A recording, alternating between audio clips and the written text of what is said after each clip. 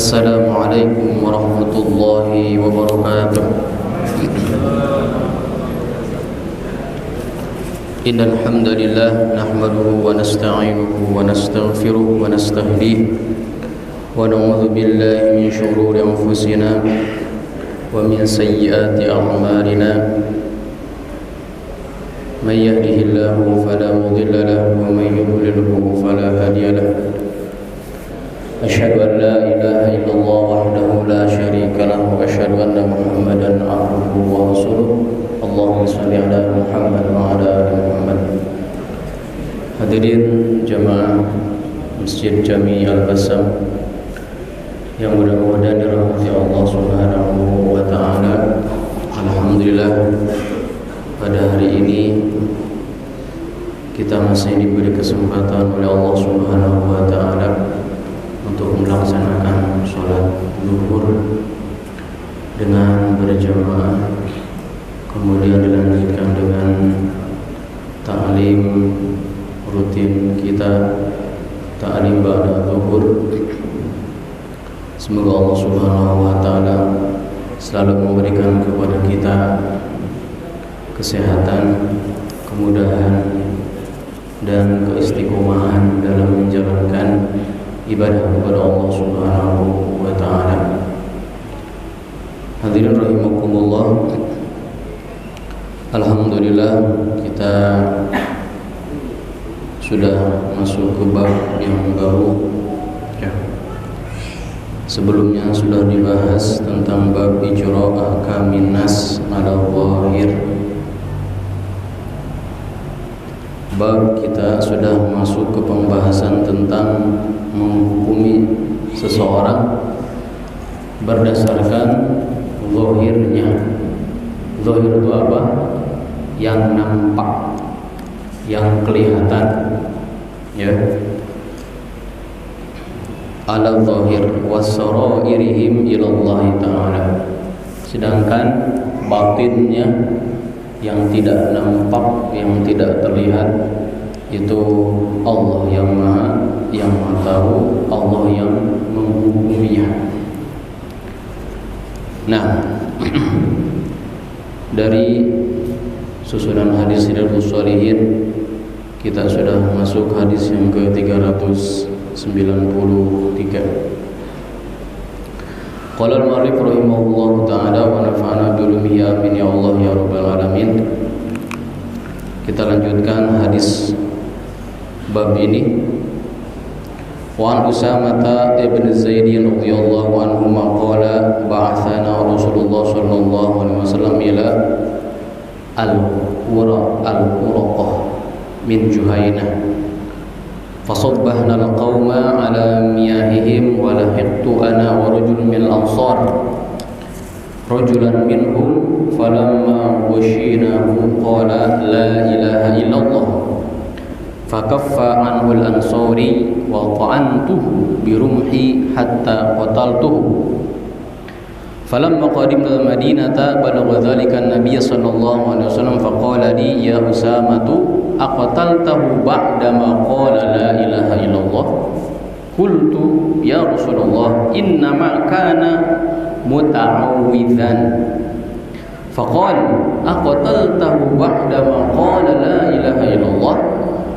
Fama zala yukarriruha alayya hatta tamannaitu anni lam akun aslamtu qabla dhalika al-yawm. Muttafaqun alaih. Wa fi riwayatin ukhra faqala Rasulullah sallallahu alaihi wasallam aqala la ilaha illallah wa qataltahu. Qultu ya Rasulullah innama qalaha khawfan minas silah. Qala afala syaqaqta an qalbihi hatta ta'lam aqalaha am la. Fama zala yukarriruha hatta tamannaitu anni aslamtu yawma idh. Hadirin rahimakumullah, hadis ini sudah jelas ya, hampir sama dengan pembahasan yang sebelumnya, bahwa kita wajib menghukumi seseorang itu apa yang nampak atasnya, bukan yang tersembunyi. Sebagaimana dari hadis ini diriwayatkan oleh Usamah ibn Zaid ibn Al-Harithah radhiyallahu anhuma. Ya, semoga Allah meridhai keduanya. Qala, berkata Usamah bin Zaid, ba'athana Rasulullah sallallahu alaihi wasallam. Rasulullah sallallahu alaihi wasallam mengutus kami, kata Usamah, ila al-Huraqah. Huraqah itu apa? Marga, ya, marga al-Huraqah dari kabilah Juhainah. Kalau nggak salah di Mesir, ya, kabilah Juhainah. Tatkala di pagi hari, fasabbahna al-qauma ala miyahihim. Di pagi hari kami pun mendatangi, menyerbu, gitu ya. Terjemahannya seperti itu. Al-qauma, kaum itu yaitu al-Huraqah, ala miyahihim. Jadi pagi-pagi kami mendatangi tempat ngambil air mereka, gitu ya, karena biasa mereka berkumpul di situ. Tatkala itu, ya, banyak kaum musyrikin di situ, ya. Di tempat itu memang banyak kaum musyrikin, sehingga mereka pun berperang. Walahiktu ana wa rajulun. Tatkala itu ada seorang laki-laki yang melarikan diri, ya. Ada ada satu orang laki-laki dari kaum musyrikin melarikan diri. Walahiktu ana wa rajulun minal ansor. Kemudian aku pun mengejar, aku dan seorang laki-laki dari Ansor. Artinya Usamah ini mengejar laki-laki musyrikin ini tidak sendirian, tapi dengan satu orang laki-laki dari kaum Ansor. Berarti berdua, ya, mengejar musyrikin itu. Rajulan minhum falamma ghasyinahu. Tatkala kami sudah mendapatkan laki-laki ini, ya, dimaksud ini yang dikejar ini, ya, padahal apa? Usamah sudah menyiapkan tumbaknya, gitu ya, mau menusuknya. Kemudian laki-laki Ansor ini pun tidak disebutkan namanya, siapa-siapanya, sudah menyiapkan pedangnya, mau ditebas. Laki-laki musyrikin dari marga Huraqah ini atau dari suku Juhainah ini, dia mengatakan apa?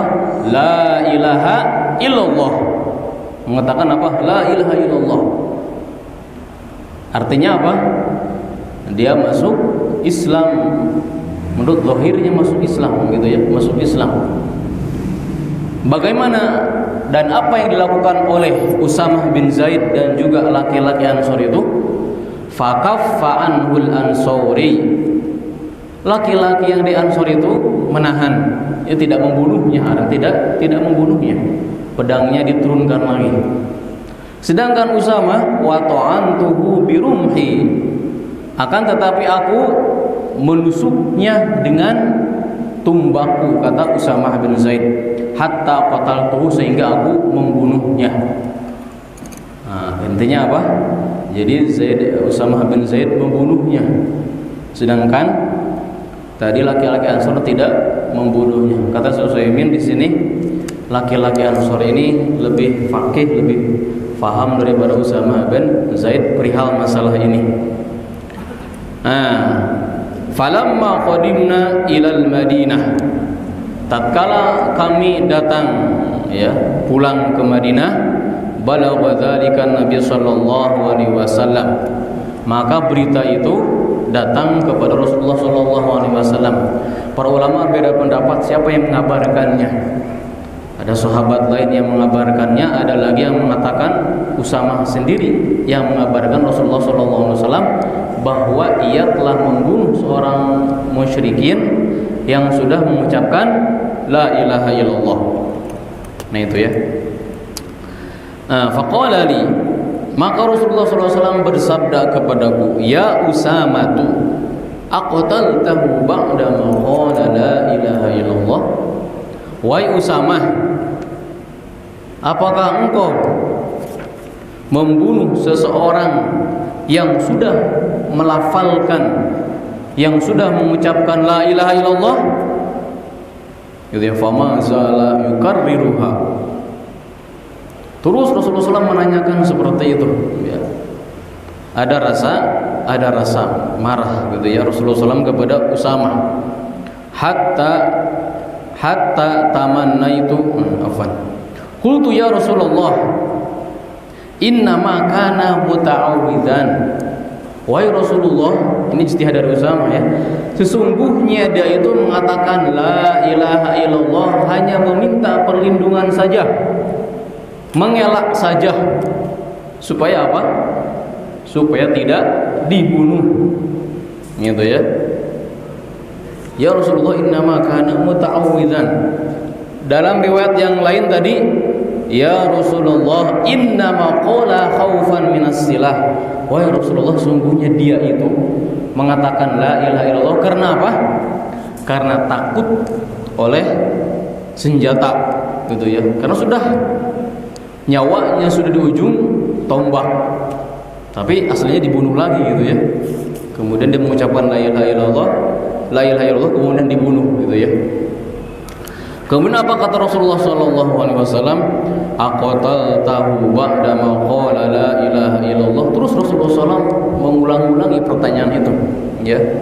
Seakan-akan Rasulullah menyesali perbuatan Usamah bin Zaid.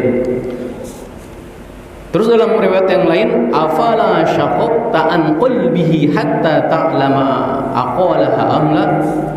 Apakah engkau, kalau begitu kenapa engkau tidak membelah hatinya, apakah benar yang ia katakan atau tidak?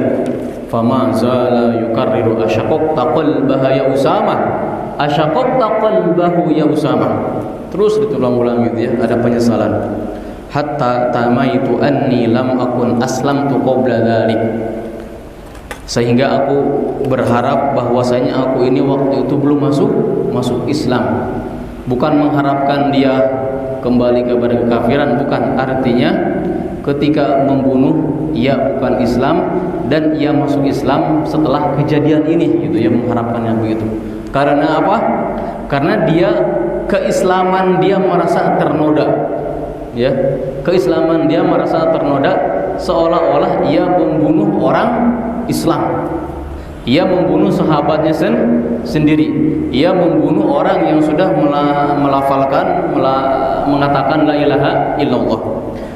Dia sangat menyesal. Tamannaitu anni lam akun aslamtu qabla dzalikal yaum. Dalam riwayat yang lain, hatta tamannaitu anni aslamtu yauma idz. Nah, sehingga aku berharap waktu itu aku ketika membunuh belum masuk Islam, ya.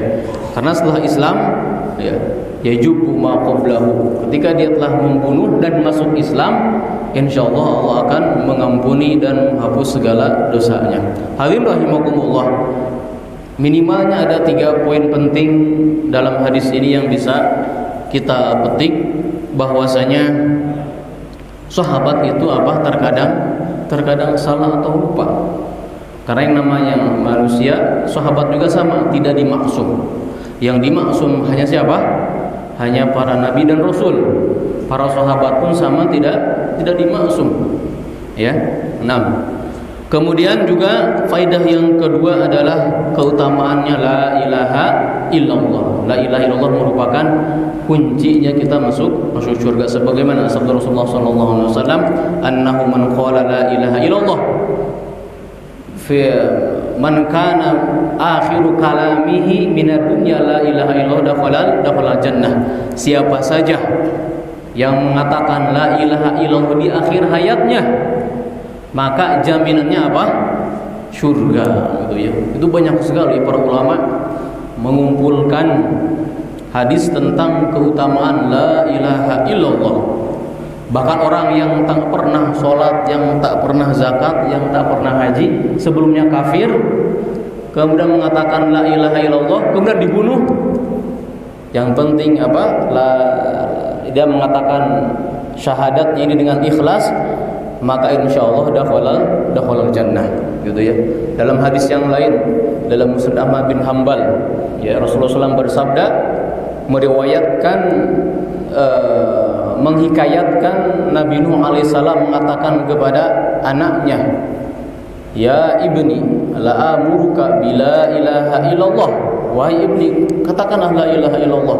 Sungguhnya la ilaha illallah ini apabila 7 lapis langit dan 7 lapis bumi digabung, kemudian di timbangan yang pertama, kemudian la ilaha illallah di timbangan yang kedua, maka akan berat timbangan la ilaha illallah, gitu ya. Kemudian dalam hadis yang lain, man as'ada bi syafaatika ya Rasulullah, siapakah orang yang paling cinta, orang yang paling bahagia, yang paling senang dengan syafaatmu ya Rasulullah SAW? Apa kata sallallahu alaihi wasallam?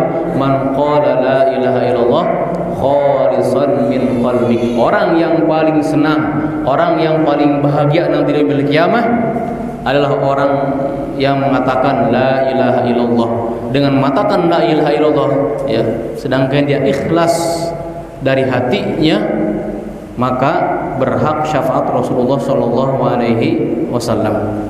Dan kemudian yang ketiga, sesuai dengan bab ini, bahwasanya ayyahkum ala zahirihi, kita harus menghukumi seseorang itu atas zahirnya, ya, zahirnya yang nampaknya saja. Kalaupun yang tersirat, maka itu adalah urusan Allah Subhanahu wa taala. Allah taala alam. Itulah yang bisa disampaikan pada kesempatan hari ini. Mudah-mudahan ada sedikit manfaat yang bisa dipetik. Allah taala alam. Subhanakallahumma wa bihamdika asyhadu an la ilaha illa anta astaghfiruka wa atubu ilaik. Wassalamualaikum warahmatullahi wabarakatuh.